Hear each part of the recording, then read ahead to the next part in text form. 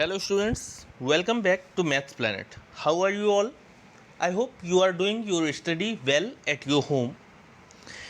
Today in this session we will try to solve some questions of exercise 5.2 from class 7th.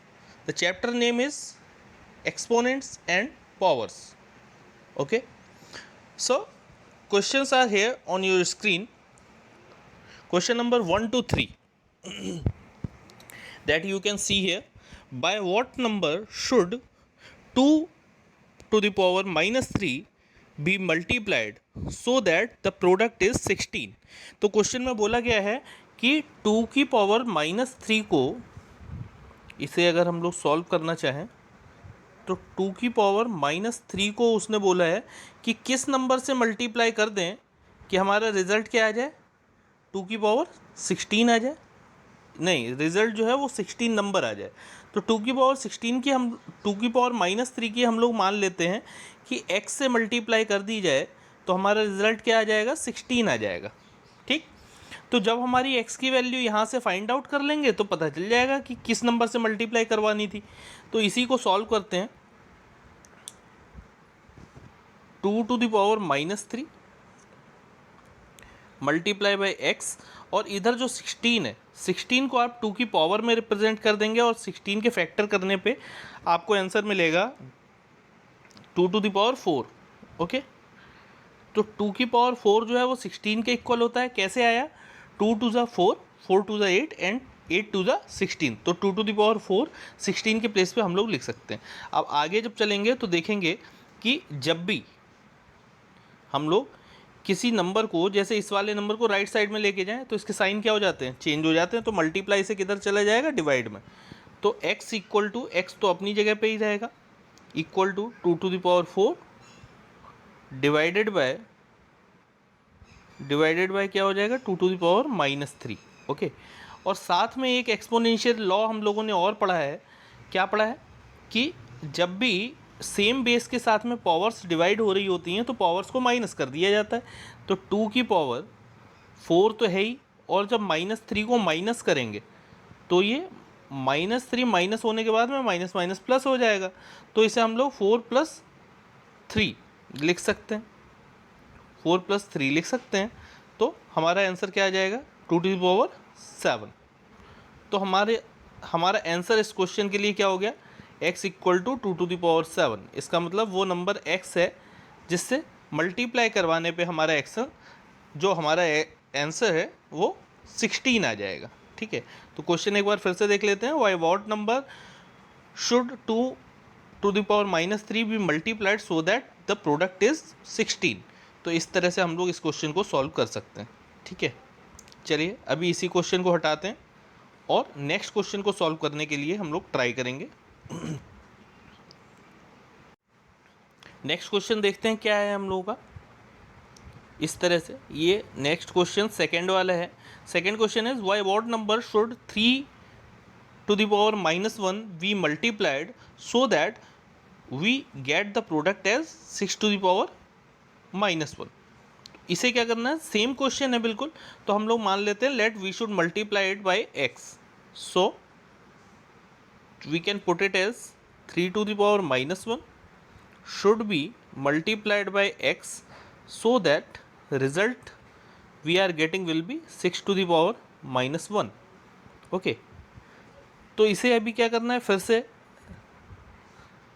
क्या लेके जाना है, right side में लेके जाएंगे। और राइट साइड में ले जाने पे साइन हमेशा क्या हो जाते हैं, अपोजिट साइन लेना पड़ता है। तो मल्टीप्लाई की जगह ये कहाँ पहुँच जाएगा, डिवाइड में पहुँच जाएगा। ठीक है, divided by 3 to the power minus 1। अब जैसे कि लास्ट क्वेश्चन में हम लोगों ने देखा था कि बेस सेम थे, लेकिन यहाँ पे क्या है, बेस तो डिफरेंट है लेकिन पावर सेम है। तो इस केस में हम लोगों को क्या करना पड़ता है, एक्सपोनेंशियल लॉ में हम लोगों ने पहले भी पढ़ा है कि जो बेस होते हैं, बेस की कैलकुलेशन कर ली जाती है। अगर मल्टीप्लाई है तो मल्टीप्लाई और डिवाइड है तो डिवाइड, और पावर क्या करते हैं, होल पावर की फॉर्म में पुट कर देते हैं। तो अभी जब इसे हम लोग सॉल्व करेंगे तो 3 1 ज़ा 3 एंड 3 2 ज़ा 6, इस तरह से कुछ आ जाएगा। तो फाइनल आंसर हमारा बनेगा 2 टू द पावर माइनस 1। और अगर इसे आप जनरल फॉर्म में लिखना चाहें तो इसे 1/2 भी लिख सकते हैं। 1/2 क्यों लिखते हैं? क्योंकि जब किसी पावर को माइनस से प्लस बनाया जाता है, 2 की पावर +1 बनानी है, तो अंदर वाला पार्ट जो ब्रैकेट के अंदर होता है उसे हम लोगों को रेसिप्रोकल लेना होता है। ठीक है, तो रेसिप्रोकल 2 का क्या होता है? 1/2। So our final answer is 1/2। We should multiply 3⁻⁻1 with 1/2। चलिए अभी चलते हैं हम लोग थर्ड क्वेश्चन की तरफ। थर्ड क्वेश्चन को करते टाइम हम लोगों को क्या ध्यान देना है?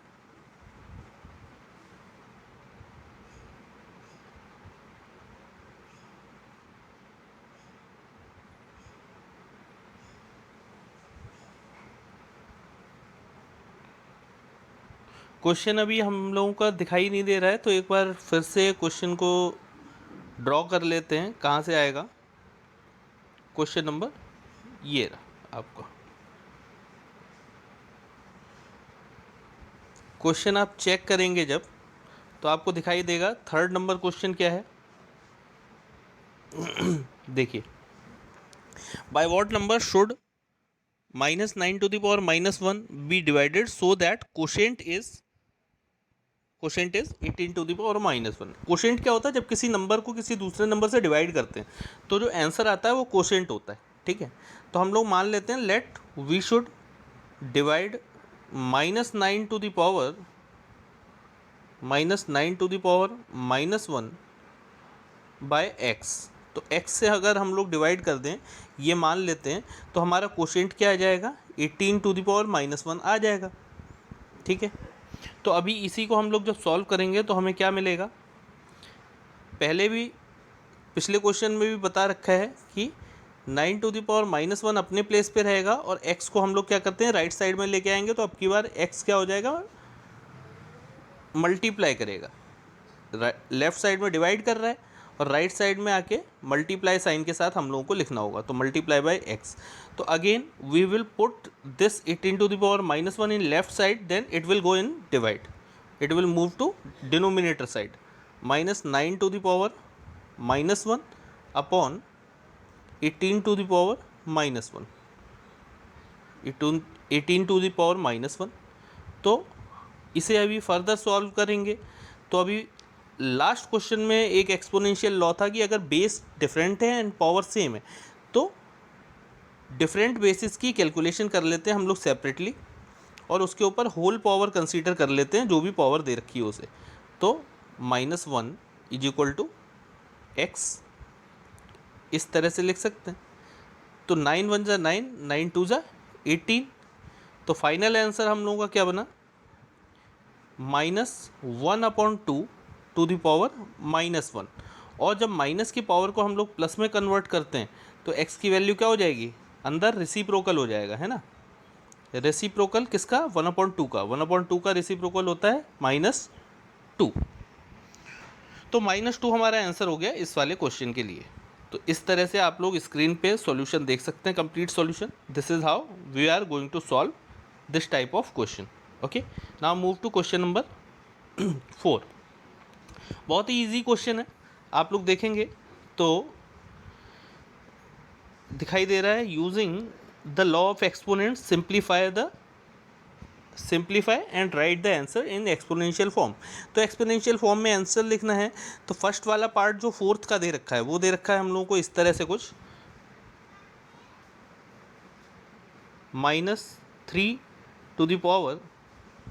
इसे यहीं पे सॉल्व करके दिखा देता हूँ मैं क्वेश्चन के पास में, आपको समझने में और इजी हो जाएगा। देखिए, जैसे कि फोर्थ का फर्स्ट पार्ट आपको ये दिखाई दे रहा है यहाँ पे इस तरह से, -3 की पावर 5 है और -3 की पावर 2 है और -3 की ही पावर 1 है।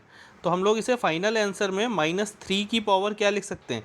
पावर्स जब डिफरेंट होती हैं और बेस सेम होता है तो पावर ऐड हो जाती हैं।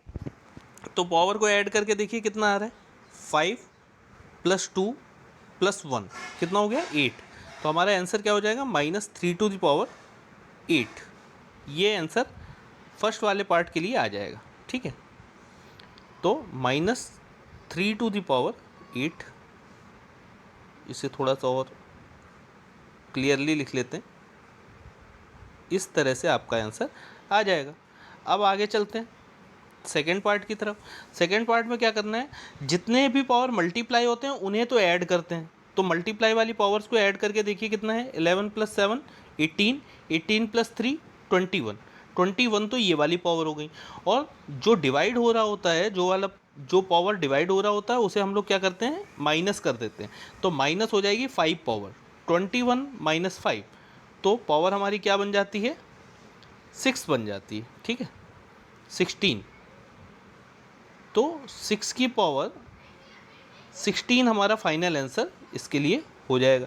इसी तरह से यहाँ पे आप देख सकते हैं पावर के ऊपर पावर है थर्ड पार्ट में, तो पावर के ऊपर जब पावर होती है तो पावर्स की क्या होती है, एक्सपोनेंट्स की मल्टीप्लाई हो जाती है। तो 3 की पावर फर्स्ट टर्म में क्या हो जाएगी, 3 × 2 = 6, 3 की पावर 6 एंड डिवाइडेड बाय 3 की पावर,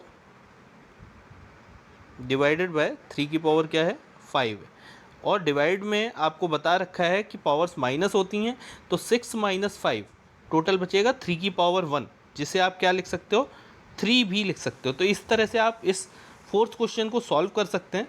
अब हम लोग चलते हैं क्वेश्चन नंबर 5 की तरफ, स्टेट वेदर ट्रू और फॉल्स। तो इसमें हम लोगों को एक्सपोनेंशियल लॉ को चेक करना है और ये बताना है कि किसी प्रॉपर्टी को फॉलो कर रहे हैं या नहीं।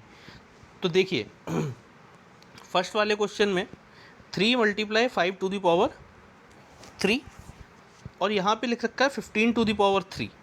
तो हमें पता है कि जब नंबर्स डिफरेंट हो और पावर सेम हो तभी नंबर की मल्टीप्लाई होती है। तो इन्होंने 3 और 5 की मल्टीप्लाई करके लिख दिया है। ठीक है, यहाँ पे 3 और 5 की मल्टीप्लाई करके लिखा है, लेकिन ये तभी पॉसिबल है जब इसकी पावर सेम हो। So it will be a false statement. ठीक, इन दोनों में क्या करना है, बी पार्ट में इनकी वैल्यूज़ कैलकुलेट करनी है। 2 की पावर 3 जब निकालेंगे तो हमें मिलेगा 8 और 3 की पावर 2 जब निकालेंगे तो हमें मिलेगा 9। But this is showing that 8 is greater than 9 which is not possible. तो इस केस में क्या होगा, ये वाला स्टेटमेंट भी फॉल्स हो जाएगा और फर्स्ट वाला स्टेटमेंट भी फॉल्स। तो इस तरह से आपको इसके फोर्थ क्वेश्चन के बाकी के पार्ट करने हैं। अब हम लोग चलते हैं सिक्स्थ क्वेश्चन की तरफ, जो इस सेशन का लास्ट क्वेश्चन है। इसमें आपको बहुत ही सिंपली क्या करना है, जो भी नंबर्स दे रखे हैं उन्हें पावर्स की फॉर्म में रिप्रेजेंट करना है। जैसे ये वाला ए पार्ट ले लेते हैं, तो ए पार्ट में क्या करना है, 49 को हम लोग लिख सकते हैं 7 का स्क्वायर, मल्टीप्लाई 7 की पावर 3 पहले से दे रखी है, मल्टीप्लाई 100 को हम लोग लिख सकते हैं 10 का स्क्वायर अपॉन 10 का क्यूब पहले से दे रखा है। तो सारे नंबर्स जो भी हैं वो एक्सपोनेंट्स की फॉर्म में पहले तो हम लोग लिख लेते हैं। ठीक है, मल्टीप्लाई 7 स्क्वायर।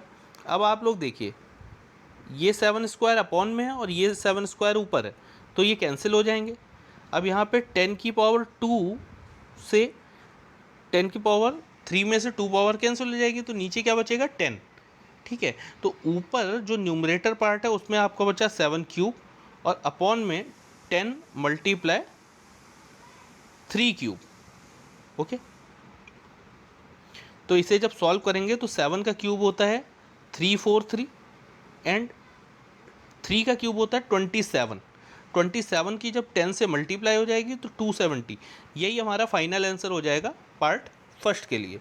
तो आपको इसी तरह से नंबर्स को एक्सपोनेंट की फॉर्म में रिप्रेजेंट करना है और बाद में क्या करना है, उन्हें कैंसिल कर देना है। जो भी पावर कैंसिल हो सकती है और जो पावर्स कैंसिल नहीं होती हैं उसकी एंड में जाके कैलकुलेशन कर देते हैं, तो हमारा आंसर आ जाएगा।